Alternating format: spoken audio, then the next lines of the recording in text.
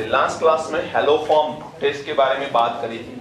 आज उसका रिलेटेड कुछ क्वेश्चंस बोर्ड के ऊपर 28 क्वेश्चंस है वैसे देखा जाए तो, और बोला गया है which of the following will give haloform reaction. आपने आंसर टिक किए कि वेट एंड वॉच, ट्राई करिए, देखो और सही और गलत ही लिखना है, सिर्फ राइट करो या फिर रॉन्ग करो, राइट। और कितने सही होते हैं फिर मैं फाइनल आंसर दिखाता हूँ आप लोगों को, तो पता चलेगा कितने सही हो रहे कितने गलत हो रहे। कम से कम ये तो पता चले कि हम क्या समझ के आए हैं, क्या अंडरस्टैंडिंग रही आप लोगों की, ये समझ में आना चाहिए।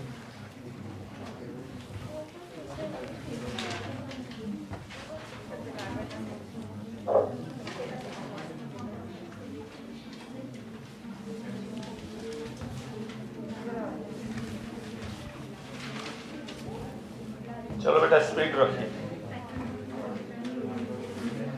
आवाज नहीं।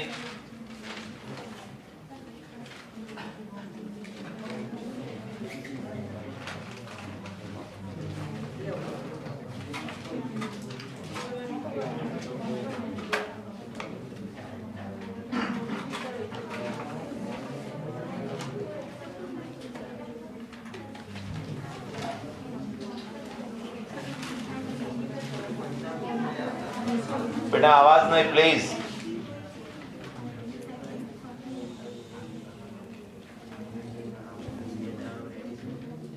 हो गया, चलिए देखते हैं अब कितने सही आंसर है आप लोगों के। देखते हैं, पहला बोलिए, it give a haloform test और नॉट? यस। ये नहीं देगा, ये नहीं देगा, ये नहीं देगा, यस। ये क्यों दे रहा है बेटा? कार्बोनिल कंपाउंड का जो कार्बन है वो मिथाइल ग्रुप से जुड़ा हुआ है, और कीटोन का कार्बन जब मिथाइल से ज्वाइंट होता है तो वो हेलोफॉर्म टेस्ट देता है। यहाँ पर एक तरफ है तो ये देगा, यहाँ पर दोनों तरफ बेंजीन है तो ये नहीं देने वाला है। चलिए यहाँ पर बताइए, ये नहीं देगा, ये इसमें NaOI से जब आप लोग ऑक्सीडेशन करवाओगे तो HCHO बन जाएगा, और हम जानते हैं कि फॉर्माल्डिहाइड हेलोफॉर्म टेस्ट नहीं देता है, ध्यान रखना। चलिए इथेनॉल, इसमें क्या बनेगा? एसिटाल्डिहाइड, CH3CHO बनेगा, इसका ऑक्सीडेशन करोगे तो ये देगा, ये वाला नहीं देगा। बेंजीन के ऊपर CHO हो जाएगा, इसका ऑक्सीडेशन करोगे तो on the benzene ring CHO बन जाएगा, एंड CHO हेलोफॉर्म टेस्ट नहीं देगा जब बेंजीन के ऊपर है। ये क्योंकि इसका ऑक्सीडेशन क्या देगा? कीटोन देगा, बीच में डबल बॉन्ड हो जाएगा, तो कीटोन का कार्बन CH3 के साथ जुड़ा हुआ है कि नहीं, तो ये हेलोफॉर्म टेस्ट देगा। ये वाला देगा, क्योंकि यहाँ पर कीटोन हो जाएगा बीच में, तो ये CH3 है तो ये देगा। चलो ये नहीं देगा, ये कीटोन का कार्बन है, उसके बाद एक कार्बन से CH3 जुड़ा हुआ है, डायरेक्टली CH3 नहीं जुड़ा हुआ है तो ये नहीं देगा। चलिए ये नहीं देगा, बोलो बेटा नहीं। पक्का? हाँ। चलो ये देगा।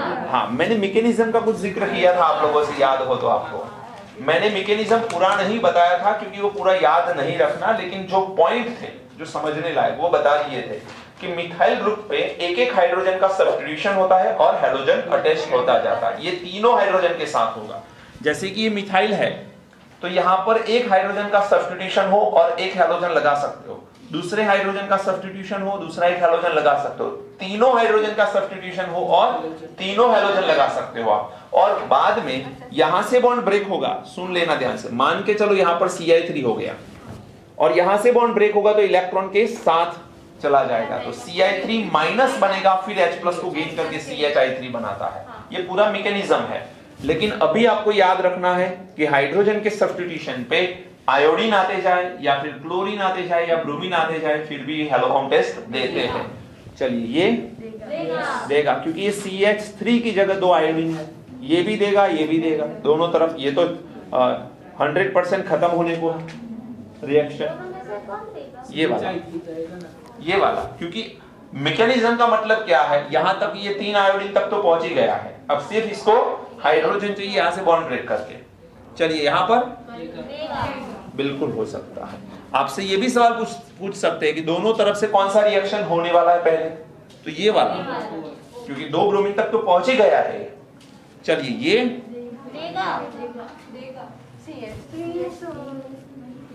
नहीं देगा। स्टार्ट करिए, रीजन बताता हूं आपको क्यों नहीं देता, इसका रीजन समझो, सुन लेना ध्यान से। अब आपको लगता होगा कि सर सारे सभी जगह रूल तो सही लग रहे हैं, फिर एक्सेप्शन है यहां पर भी। केमिस्ट्री में तो केमिस्ट्री है, वहां एक्सेप्शन है। देखिए यहां पर होता क्या है कि NO2 जो ग्रुप है, मुझे ये बताइए कि ये CH3 क्यों देता है, या ये CH3 क्यों हैलोफॉर्म टेस्ट देता है, रीजन क्या है? सुनना ध्यान से। हम लोग लिखते हैं NaOH प्लस I2 के साथ रिएक्शन। हम लोग क्या लिखते हैं रिएक्शन में, ये हमने अल्कोहल लिख लिया या फिर कीटोन ले लिया, कोई भी कीटोन कहाँ है, ये रहा, ये कीटोन है, क्योंकि ये अल्कोहल बाद में तो कीटोन में कन्वर्ट होने वाला ही है। अब कीटोन के बाद जब मैं हैलोफॉर्म टेस्ट लिखूंगा तो NaOH and I2 लिखूंगा कि नहीं लिखूंगा, राइट? अब जब NaOH इसके साथ रिएक्ट करेगा पहले, तो ये हाइड्रोजन का एसिडिक होना जरूरी है। ये मिथाइल ग्रुप क्यों रिएक्शन देता है, ये चीज समझ लो, क्योंकि कार्बोनाइल ग्रुप के साइड में जो मिथाइल ग्रुप है वो एसिडिक हाइड्रोजन कैरी करता है, और एसिडिक हाइड्रोजन कैरी करता है, इसी वजह से ये रिएक्शन होते हैं। अब यहां पर प्रॉब्लम क्या होगा, सुनो, नाइट्रो ग्रुप जो है वो इलेक्ट्रॉन एक्सेप्टर ग्रुप है, इलेक्ट्रॉन खींचते हैं अपनी तरफ। अब जब इलेक्ट्रॉन खींचेंगे तो इलेक्ट्रॉन खींचने से ये कार्बन का हाइड्रोजन और ये कार्बन का हाइड्रोजन दोनों में मोर एसिडिक कौन है, ये वाला, क्योंकि ये पहले आ रहा है। सुनो ध्यान से, इलेक्ट्रॉन डेंसिटी यहां से कम हो जाएगी कि यहां से कम हो जाएगी, CH2 से या CH3 से? CH2 से इलेक्ट्रॉन डेंसिटी ज्यादा कम होगी। जहां इलेक्ट्रॉन डेंसिटी कम होगी वो H+ जल्दी से रिमूव हो सकता है। तो compare to this CH3, hydrogen of CH2 is more acidic. तो रिएक्शन में ये पार्टिसिपेट कर जाएगा। अब रिएक्शन में ये पार्टिसिपेट कर जाएगा तो वो हमारा जो रूल है वो फुलफिल नहीं हो रहा। यहां नहीं समझ में आया पॉइंट? हाइड्रोजन यदि यहां से पार्टिसिपेट करता, मेरी बात को सुनो, हाइड्रोजन यदि यहां से पार्टिसिपेट करता तो ये हैलोफॉर्म टेस्ट देता, बट ये हाइड्रोजन पार्टिसिपेट क्यों नहीं कर रहा? क्योंकि इसकी कंपेयर में ये लेस एसिडिक है, तो this hydrogen is more acidic. Reason, साथ में NO2 ग्रुप लगा है बेटा। NO2 ग्रुप करता क्या है, इलेक्ट्रॉन को अपनी तरफ खींचता है। समझ में आ रहा है कि इलेक्ट्रॉन गेनर ग्रुप है ये, इलेक्ट्रॉन अट्रैक्शन करता है ये। तो यहां पर लिख सकते हैं more acidic hydrogen. More acidic hydrogen तो यहां से होगा क्या, CH3 C double bond O CH2 minus बनेगा ये, and N double bond O minus, क्योंकि H+ यहां से निकला, यहां से नहीं निकला, यहां से निकल गया, और यहां पर फिर आयोडीन आते जाएंगे या कोई भी हैलोजन ग्रुप आता जाएगा। बोल की बात समझ आ रही है कि नहीं आ रही? तो ध्यान रखना, NO2 ग्रुप जो यहां पर ज्वाइंट है तो CH3 काम नहीं करता है। क्लियर सबको?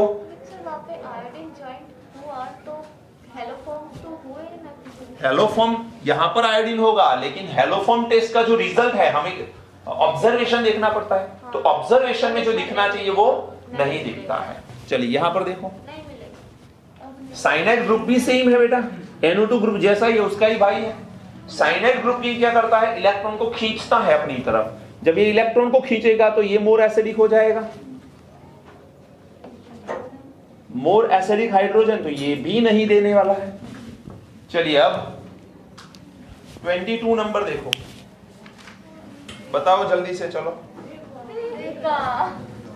ये देगा कि नहीं देगा? बिल्कुल देगा। चलिए ये भी देगा। चलिए ये नहीं देगा, ये देता है, स्टार करके लिखिएगा। इसमें होता क्या है सुन लो, एक तरफ से बॉन्ड ब्रेक हो जाता है मैकेनिज्म में, और ये CH2 CH3 में कन्वर्ट हो जाता है मैकेनिज्म में। समझ में आ रहा है? वो मैकेनिज्म की बात है, उसमें फंसोगे तो मर जाओगे। इससे बेहतर है यही एक एक्सेप्शन बहुत बढ़िया वाला है, तो इसे याद रख लो आप लोग कि ये हैलोफॉर्म टेस्ट देता है। बाकी सब तो आप खुद से कर सकते हो, कोई दिक्कत वाला पॉइंट नहीं है मेरे हिसाब से।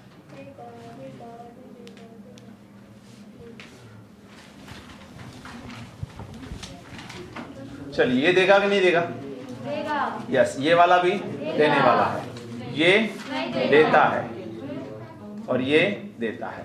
यहां से बॉन्ड ब्रेक हो जाएगा, सॉरी मींस कार्बन से थोड़ी ना होगा, यहां से होगा। तो यहां पर हाइड्रोजन आएगा तो ये एल्डिहाइड बनेगा और यहां पर CH3 जुड़ जाएगा, तो CH3 डबल बॉन्ड O के साइड में CH3 आ जाएगा। तो ऐसे जबरदस्त दो एग्जांपल हुए 24 एंड 27। और आपको ध्यान ये रखना है कि जब इलेक्ट्रॉन एक्सेप्टर ग्रुप आते हैं तब ध्यान में रखना है कि मिथाइल ग्रुप होते हुए भी वो हैलोफॉर्म टेस्ट नहीं देते। तो ये नेगेटिव चीजें दिखा रहा है कि भाई ये हैलोफॉर्म टेस्ट नहीं दे रहा दोनों में, और इसमें हैलोफॉर्म टेस्ट नहीं दिखती बट दिखती। समझ में आया? तो कितने सही है कितने गलत है चेक करो अपने आप से।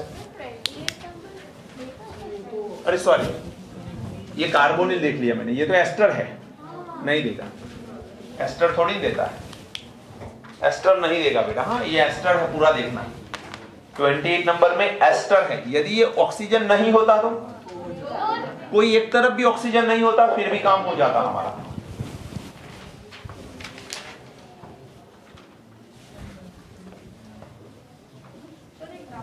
बोलो। वो एसिटोन जो उसने आपने कहा कि उसमें जो प्रोटॉन है वो एसिडिक है। यस। तो वो एसिटोन तो पोलर प्रोटिक होना चाहिए ना? Polar protic.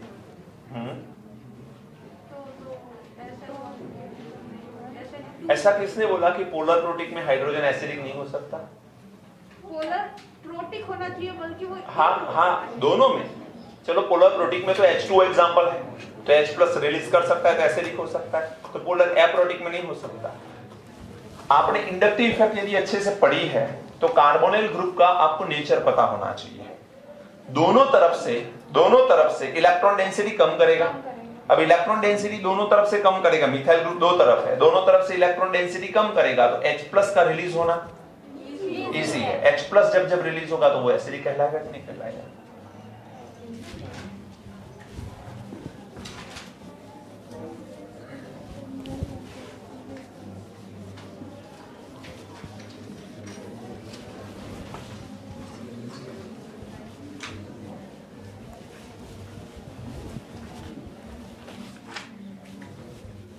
चलिए अब हम लोग लास्ट पॉइंट पे आ रहे हैं और वो है reaction due to alpha hydrogen. नहीं केमिकल रिएक्शन के reaction due to alpha hydrogen. हमने बेटा कौन से पॉइंट पढ़े हैं इसमें? एल्डिहाइड कीटोन के केमिकल रिएक्शन में हम क्या क्या पढ़ के आए? एक तो पढ़ा हमने पहले न्यूक्लियोफिलिक एडिशन, फिर एलिमिनेशन फॉलोड बाय, उसमें अमाइन का देखा, फिर थर्ड नंबर देखा हम लोगों ने, ऑक्सीडेशन रिडक्शन भी देख लिए। ओके, अब है reaction due to alpha hydrogen. लिखिए reaction due to alpha hydrogen, और इसका मतलब सीधा सा ऐसा होता है, इसमें हम पढ़ेंगे aldol and cross aldol condensation. हम लोग पढ़ने वाले हैं aldol and cross aldol condensation. देखो इसका मेन पॉइंट ये है कि कोई भी कार्बोनिल ग्रुप है यहां पर, जैसे कि हम लोग बात करें कीटोन एंड एल्डिहाइड की। अब यहां पर हाइड्रोजन है, समझना ध्यान से, यहां पर हाइड्रोजन है, एल्डिहाइड की बात करें तो है कि नहीं। और यदि मैं कीटोन की बात करूं तो कार्बोनिल में यहां पर हाइड्रोजन होगा, कीटोन की बात करें तो ऐसे होगा। दो पॉसिबिलिटीज है। कहने का मतलब यह है कि डायरेक्टली जुड़ा हुआ है, फिर भी यहां पर यह कीटोन हो गया हमारा। और यदि मैं बात करूं आपसे एल्डिहाइड की तो कुछ ऐसा होगा, यहां पर हाइड्रोजन होगा। अब मेरा कहने का मतलब यह है कि ये कार्बोनिल ग्रुप ये अपनी तरफ इलेक्ट्रॉन को खींचता है, अपनी तरफ इलेक्ट्रॉन खींचेगा तो सीधी सी बात है इलेक्ट्रॉन डेंसिटी इन जगह से क्या हो जाएगी? तो ये हाइड्रोजन ऑलवेज एसिडिक होता है in nature, acidic in nature. और ये एसिडिक इन नेचर है तो बेसिक मीडियम में ये aldol and cross aldol reaction आसानी से हो जाते हैं। बस इतना लिख के रखो आप लोग। एसिडिक इन नेचर होने की वजह से बेसिक मीडियम में रिएक्शन कैसे हो जाते हैं? आसान हो जाते हैं। इस हाइड्रोजन को हम क्या बोलेंगे? Alpha hydrogen. क्यों अल्फा हाइड्रोजन बोलेंगे? कार्बोनिल ग्रुप के साइड में जो कार्बन होता है उस कार्बन को अल्फा कार्बन बोला जाता है। तो ये अल्फा कार्बन है, ये अल्फा कार्बन है। यहां पर इस हाइड्रोजन को हम एसिडिक बोलेंगे। समझ में आ रहा है कि नहीं? अल्फा कार्बन के ऊपर जो हाइड्रोजन अटैच्ड है वो नेचर में एसिडिक होते हैं, और एसिडिक होने की वजह से हम लोग बता सकते हैं कि रिएक्शंस आसानी से होते हैं। अब इसके रेजोनेंस को देखा जाए तो रेजोनेंस कुछ इस तरह से रिप्रेजेंट कर सकते हो आप। मान के चलो यहां पर मैंने एक हाइड्रोजन को दे दिया, मैं बेसिक मीडियम में जब रिएक्शन करूंगा तो होगा क्या बेटा? ये एसिडिक हाइड्रोजन है, अपने इलेक्ट्रॉन को तो छोड़ के जाएगा in the form of H+, और ये बेसिक मीडियम का OH H+ को अपनी तरफ खींचेगा, रिमूव क्या करेगा बेटा? H2O रिमूव करेगा। बोलो, जब ये H2O रिमूव करेगा तो बनेगा क्या? C डबल बॉन्ड O, यहां पर बनेगा कुछ ऐसा कंपाउंड, और यहां पर क्या आएगा? माइनस के साथ इलेक्ट्रॉन आएंगे कि नहीं? अब होगा क्या यहां पर कि ये अपने इलेक्ट्रॉन पाई बॉन्ड में देगा तो ये अपने इलेक्ट्रॉन ऑक्सीजन की तरफ शिफ्ट हो जाएंगे। तो यहां पर रेजोनेटिंग स्ट्रक्चर बनेगा कुछ ऐसा, ऑक्सीजन के ऊपर नेगेटिव चार्ज, और यहां पर बनेगा कुछ ऐसा कंपाउंड। अब आपसे पूछा जाए ये दोनों में से मोस्ट स्टेबल कौन? ये वाला, ये वाला कि ये वाला? ये वाला। ये रीजन? इलेक्ट्रोनेगेटिव इलेक्ट्रोनेगेटिव एलिमेंट के ऊपर नेगेटिव चार्ज है।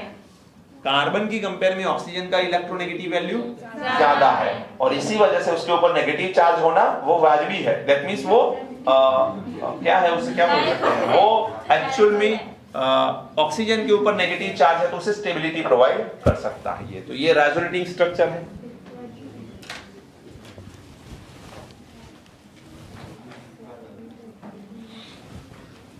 अब आपको ये बिल्कुल पता चल गया कि अल्फा हाइड्रोजन का मतलब क्या है। अब मैं आपसे सवाल पूछूं कि aldol एंड क्रॉस aldol यदि अल्फा हाइड्रोजन की वजह से हो रहे हैं तो क्या ये क्रॉस aldol रिएक्शन देगा या aldol रिएक्शन देगा? CHO के साइड वाला कार्बन अल्फा है और अल्फा के ऊपर हाइड्रोजन है तो ये aldol और क्रॉस aldol रिएक्शन देगा। यदि मैं आपसे सवाल पूछूं CH3 C double bond O CH3 क्या ये देगा? क्योंकि C डबल बॉन्ड O की साइड में अल्फा कार्बन है, दोनों तरफ कहीं ना कहीं से हाइड्रोजन रिमूव हो सकते हैं। क्या ये aldol और क्रॉस aldol दे सकता है? दे सकता है, क्योंकि यहां पर अल्फा हाइड्रोजन प्रेजेंट है, यहां पर भले नहीं है। क्या ये दे सकता है? नहीं दे सकता। क्या ये दे सकता है? नहीं दे सकता। इसमें तो अल्फा कार्बन ही नहीं है, नेबर ही नहीं हो तो नेबर में कितने लोग तो जीरो ही बोलेंगे। यहां पर नेबर है पर बिना बच्चों का, हाइड्रोजन नहीं है इसके पास। समझ में आ रहा है कि नहीं? तो हाइड्रोजन ही बेचारा छोटा सा एलिमेंट है, हाइड्रोजन तो बच्चे ही बोलेंगे उसे।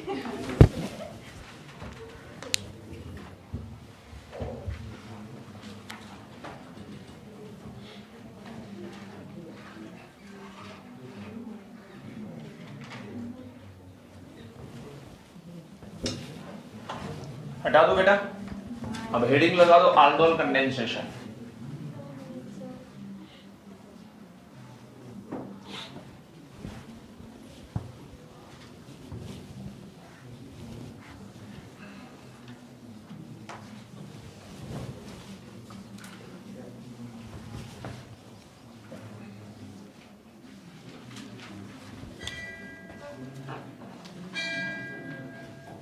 तुम्हारा पेन चेंज हो गया?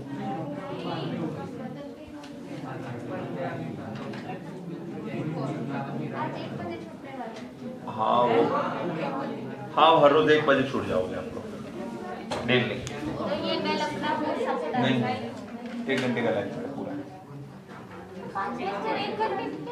हो सकता है, गिन लेना हो सकता है। चलिए आवाज नहीं, रिसेस भी उतनी ही रहेगी, फिर भी देख लो आप, हो सकता है। 1 घंटे 5 मिनट का लेक्चर था पहले, तो 1 घंटे समझ में आया? चलो डन, निकाल दो बेटा इसे। चलिए aldol कंडेंसेशन लिखिए पहला। हम लोगों को, मेरी बात सुन लो फिर लिखो। अल्फा हाइड्रोजन की प्रेजेंस कंपलसरी होनी चाहिए, अदरवाइज aldol कंडेंसेशन नहीं होगा। तो यहां पर आपको लिखना है पहला statement, alpha hydrogen must present. Alpha hydrogen must present. Alpha hydrogen that means alpha carbon होगा, फिर उसके ऊपर जो हाइड्रोजन होंगे उसी को हम अल्फा हाइड्रोजन बोलेंगे। सेकेंड पॉइंट ये होगा डाइल्यूट NaOH की प्रेजेंस में, या फिर डाइल्यूट KOH की प्रेजेंस में, या फिर आप लिख सकते हो सोडियम कार्बोनेट, या फिर BaOH ट्वाइस। ये सारे डाइल्यूट फॉर्म में ले सकते हो। इन शॉर्ट स्ट्रॉन्ग बेस होने चाहिए बट डाइल्यूट फॉर्म में। अब कुछ बच्चे कंफ्यूज हो जाते हैं, सर स्ट्रॉन्ग डाइल्यूट कैसे हो सकते हैं?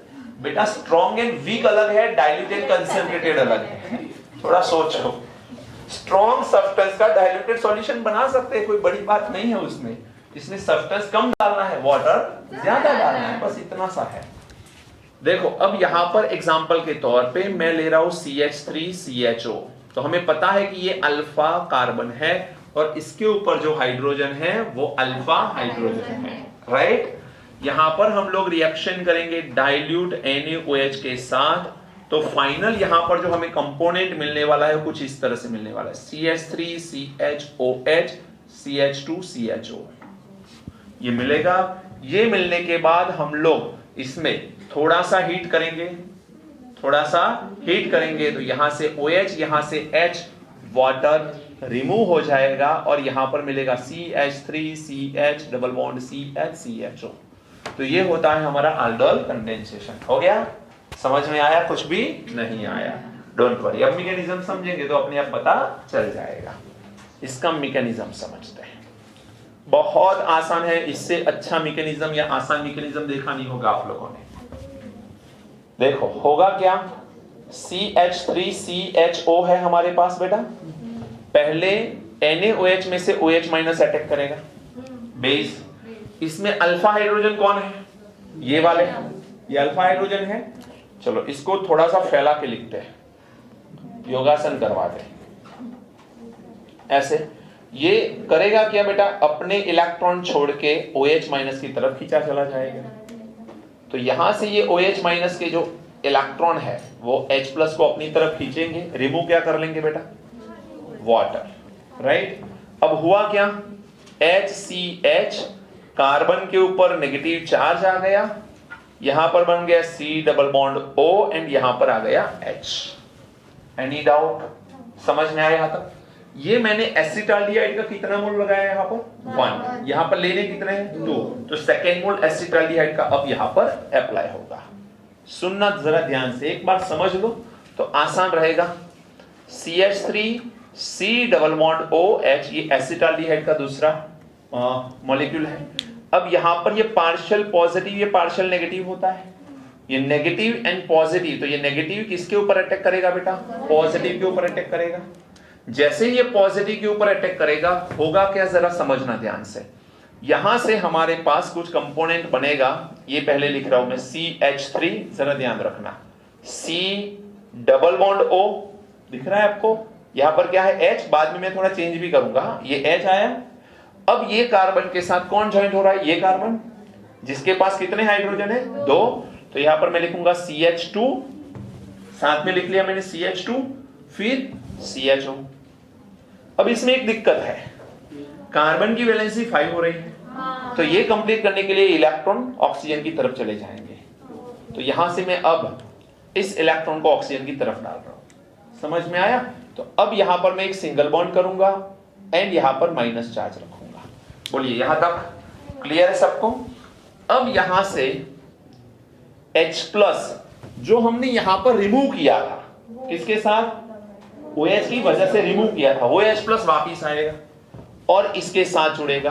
तो ये इलेक्ट्रॉन ये H प्लस को अपनी तरफ खींचेंगे, तो ये बनेगा CH3 CH OH CH2 CHO। दिख रहा है कुछ? सर गलत है, ये OH नीचे है, वो OH ऊपर है। ऐसा मत सोचो बेटा। चलो अब यहां पर 2 ग्रुप है, फंक्शनल ग्रुप 2 है, एक अल्कोहल एक एल्डिहाइड। जरा समझना, अल्कोहल एंड दूसरा क्या है बेटा, आल्डिहाइड। समझना। अब हम यहां पर इसे बोलते क्या है, आल्डोल। ऑल, तो आल्डिहाइड का आल्ड ले लिया और ऑल ले लिया और आल्डोल नेम हो गया इसका। यहां पर अल्कोहल एंड आल्डिहाइड दोनों कंपोनेंट साथ में मिलते हैं, इसीलिए आल्डोल, दैट इज आल्डोल नेम हो गया इसका। आल्डिहाइड से एआल्डी हो गया, ओएल आ गया अल्कोहल से। समझ में आ रहा है कि नहीं? तो ये आल्डोल कंपोनेंट क्यों है, समझ में आया? अब जैसे ही इसको थोड़ा गर्म करोगे, आप हीट प्रोवाइड करोगे, वाटर मॉलिक्यूल रिमूव हो जाएगा। वाटर मॉलिक्यूल रिमूव करने के लिए यहां से ये एसिडिक हाइड्रोजन, ये कार्बोनिल के पास वाला है एसिडिक हाइड्रोजन, और यहां से OH, क्या होगा बेटा, वाटर, और दोनों के बीच में पाई बॉन्ड। तो यहां पर बनेगा CH3CH double bond CH CHO। इसे आप क्या बोलोगे, इनाल। इन आल, इसका सफिक्स क्या है बेटा, IUPAC में आल, और ये क्या है, इनाल। इनाल बोल सकते हैं। और number of carbon, butenal, butenal, but two enal, exact name.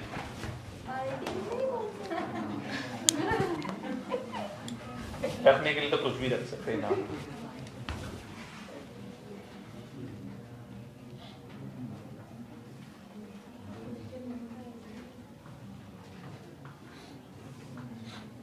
हो गया?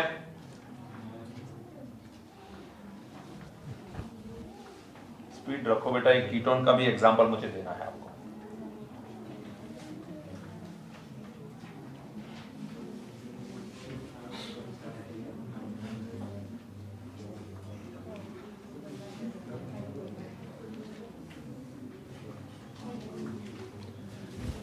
जब भी ये वर्ड दिखे ना, आपको एक चीज समझ लो, कंडेंसेशन वर्ड दिखे तो दिखा दे, दिमाग में एक चीज बिठा लो कि वाटर मॉलिक्यूल कहीं ना कहीं रिमूव होगा।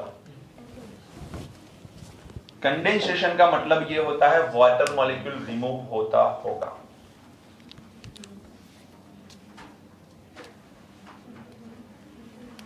हटा दो।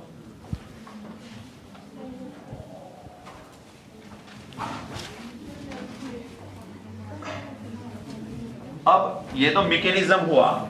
मैकेनिज्म में फंसने की जगह मैं आसान तरीका बताता हूं, डायरेक्टली किस तरह से प्रोडक्ट लिख सकते हो। ट्रिक बताता हूं, समझ लो। हम कितने एल्डिहाइड यूज कर रहे हैं, 2। कैसे एल्डिहाइड, जिसके पास अल्फा हाइड्रोजन है। तो पहले एल्डिहाइड को लिखो C डबल बॉन्ड OH, और दूसरे एल्डिहाइड को लिखो CH3CHO।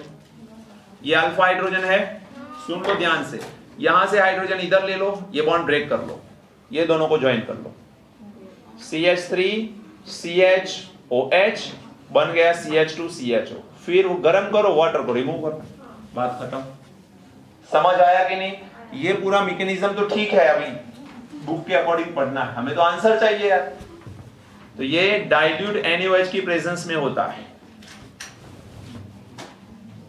चलिए यहां से हम लोग गर्म करेंगे, पानी का मॉलिक्यूल रिमूव होगा। ये अल्फा हाइड्रोजन के कार्बन के ऊपर से हाइड्रोजन, यहां से OH, CH3CH double bond CH CHO बन गया प्रोडक्ट।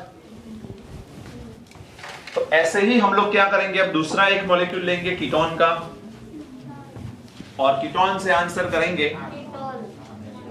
कीटोल, मेरी बात सुनो, कीटोल बोलने के लिए बोल सकते हो, वो पार्ट है aldol कंडेंसेशन का है, aldol ही बोलते हैं, उससे भी रीजन एक ही है। वैसे प्रोडक्ट को कीटोल बोलते हैं हम, लेकिन कंडेंसेशन को तो aldol कंडेंसेशन ही बोलते हैं, बिकॉज होता है सेम तरीके से। CH3 C double bond O CH3। बेटा सुनो ध्यान से, कीटोन के कितने मॉलिक्यूल लेने हैं मुझे, 2। देखो क्या कर रहा हूं मैं, अब आसान तरीका ही सोच रहे हैं हम। ये CH3 को मैं ऊपर लिखूंगा, ये अल्फा हाइड्रोजन यहां पर आएंगे, ये बॉन्ड ब्रेक होगा, ये दोनों को ज्वाइन करो, डाइल्यूट NaOH की प्रेजेंस में काम होगा। यहां पर बनेगा CH3CCH3, नीचे आएगा OH, हाइड्रोजन यहां पर आ गया, ये दोनों ज्वाइन होंगे। यहां पर क्या बचेगा, CH3 की जगह CH2, ये रहा COCH3, COCH3। हीट करो, चलो यहां से OH, यहां से H। अब आपको ये होना चाहिए कि सर यहां से H क्यों नहीं रिमूव होता, क्यों यहां से हो रहा है? 2 रीजन है, दो रीजन है, एसिडिक तो ये भी है बट कम एसिडिक है, राइट? तो यहां से ही हाइड्रोजन रिमूव होता है क्योंकि ये मोर एसिडिक। दूसरा, जब ये अल्किन प्रोडक्ट देता है तो यहां पर डबल बॉन्ड आएगा, स्टेबिलिटी, हाइपर कॉन्जुगेशन, तो ये भी ध्यान रखो। CH3 CCH3 double bond CH CO CH3, double bond के साथ में जो CH3 है वो ज्यादा है, देखो, और हाइपर कॉन्जुगेशन ज्यादा हो सकता है, स्टेबिलिटी ज्यादा हो सकती है। मैं आपको होमवर्क दे रहा हूं यहां पर, वो करके लेके आइएगा। C double bond O CH3 एक एग्जांपल। दूसरा एग्जांपल ले लीजिए आप लोग,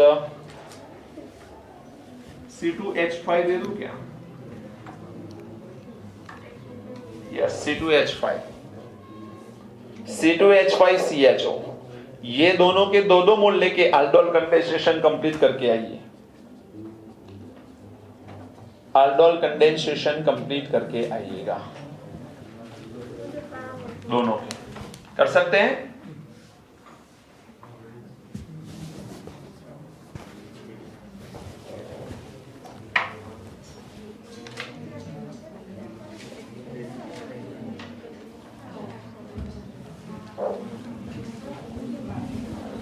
चलिए, aldol खत्म हुआ है, क्रॉस aldol बाकी है, इसी का भाई है ये क्रॉस aldol, लेकिन रिएक्शन में थोड़ा सा फर्क है, थोड़ी सी प्रोडक्ट चेंज होगी और दो दो प्रोडक्ट मिलेगी वहां पर। समझ में आ रहा है? इसे बोला जाता है सेल्फ कंडेंसेशन। सुनो बेटा, इसे बोला जाता है सेल्फ कंडेंसेशन। क्यों? क्योंकि सेम कंपोनेंट के साथ ही रिएक्शन कर रहा है, तो इसे क्या बोलते हैं? Self condensation. क्रॉस में क्या होगा? दो डिफरेंट कंपोनेंट आएंगे, तो क्रॉस कंडेंसेशन होगा वहां पर।